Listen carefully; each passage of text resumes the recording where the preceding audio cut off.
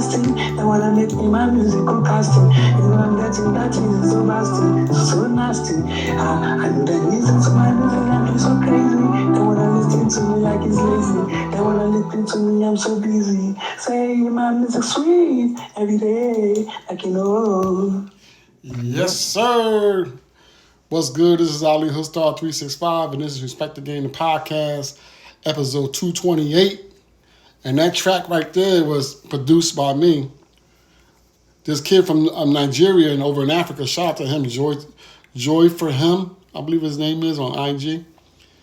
He had came on my music review live show last weekend, and I thought he was gonna come play, send me his MP3, and he didn't send me the MP3. He wanted to perform live for me. So he asked me for a beat, but I was like, I ain't got no beats. Go ahead, just do it a cappella. So he did this song in a cappella. And he thought I wasn't paying attention, but I was listening to him. So then I recorded him. So then I took it, I extracted it off of IG. Then I put it on my Studio One 5. And then I added the beat to it, and this is the song that we came up with him. So shout out to him, man, for the good energy coming from all the way from over in Africa, Nigeria.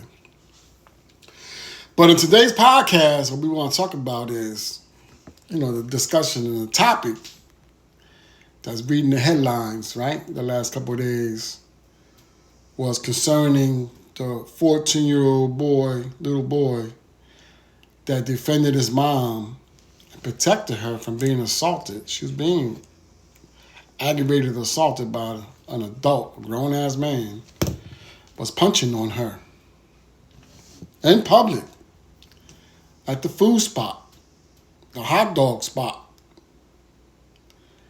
And I think that kid did what any other kid would do if he had a firearm on him or a stick or a knife or anything, to defend his mom. I don't know, I wouldn't let nobody punch my mom like that. I would have shot that gun until there was no more bullets left in the chamber. I would have knocked fire off his head for punching my mother like that. But for all the men that were just standing around watching that, you guys are cowards. I seen in one video the OG just walked out like all scared, shit, coward. All they do is go step in and say, yo, young man, don't do that. Yo, don't do that. Just distract him. Because obviously something was going on with that man, mentally. And then thank God for Chicago that they have self-defense laws, because where I'm at in New Jersey, there's no self-defense law. You kill somebody, you're going to prison. Regardless of the circumstances, you will go to prison in New Jersey.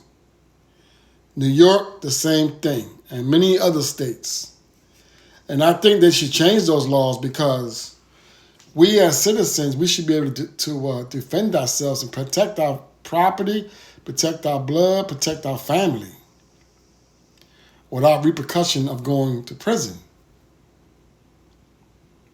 And that kid did the right thing. No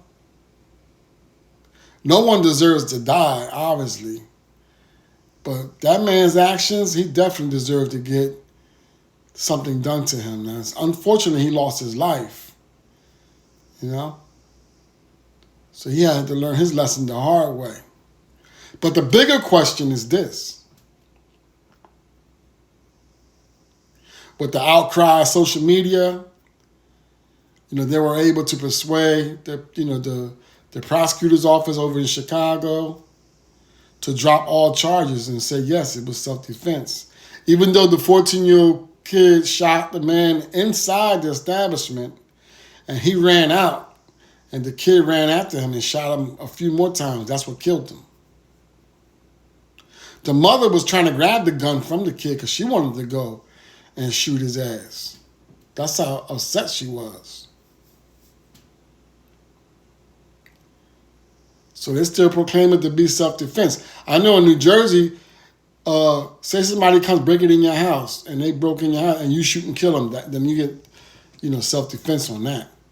But if you shoot somebody and then they run out your house and trying to run away, and you go chasing them and you shoot and you kill them, then they're going to charge you for aggravated manslaughter. And you're going to do 15 years in prison.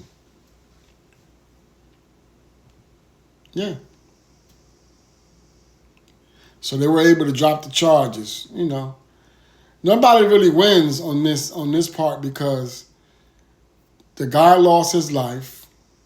The mother is traumatized from being punched in the face like that, and then the son,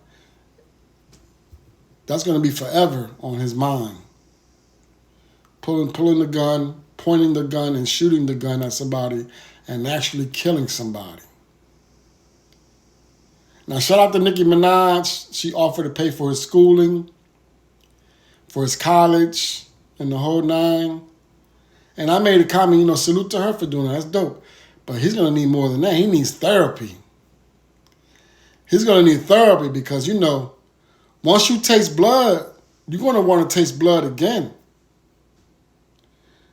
That could turn him into, because they said that he's a straight A student and he's an honor roll student. That could turn him into a straight up beast.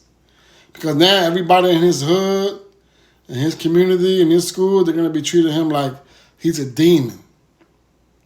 And giving him the respect as if he walked down the graduation line to get a fucking degree to become a doctor. Because, you know, our culture glorifies negativity. So he can either walk the straight line and not get distracted, or he can go left and dance with the devil and take that to the higher heights and maximize that. So I pray that doesn't happen. He's only 14. So I got a son, he's 15. And I know the power of these devices in children's hands and the effects that it has on them mentally.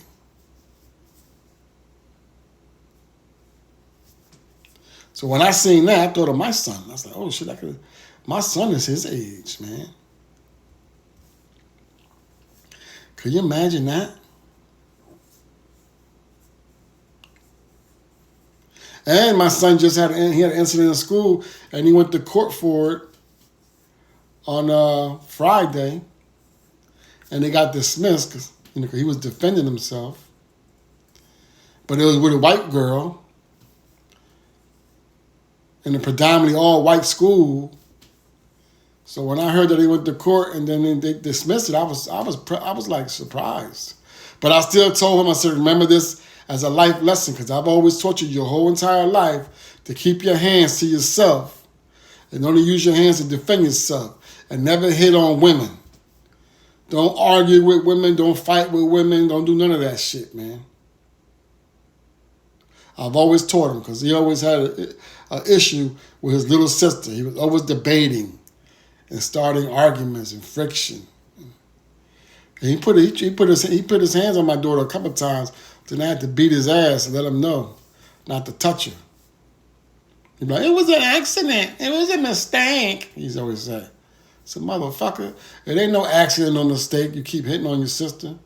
You don't hit women, period. If a woman start arguing with you, walk away.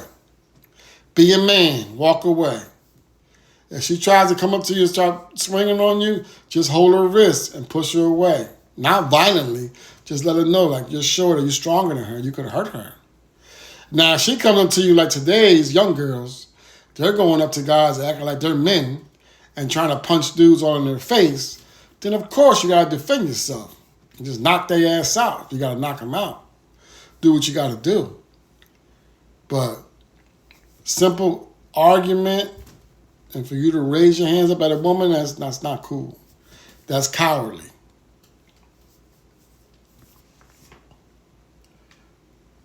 Now, let's broaden the horizon, right? In the bigger picture about mental health. What was that man's state of mind? What was his state of mind? What was his state of mind? Obviously, he wasn't well. Because I could tell. I've seen it before. I've seen that he was not well. So stay tuned for part 2.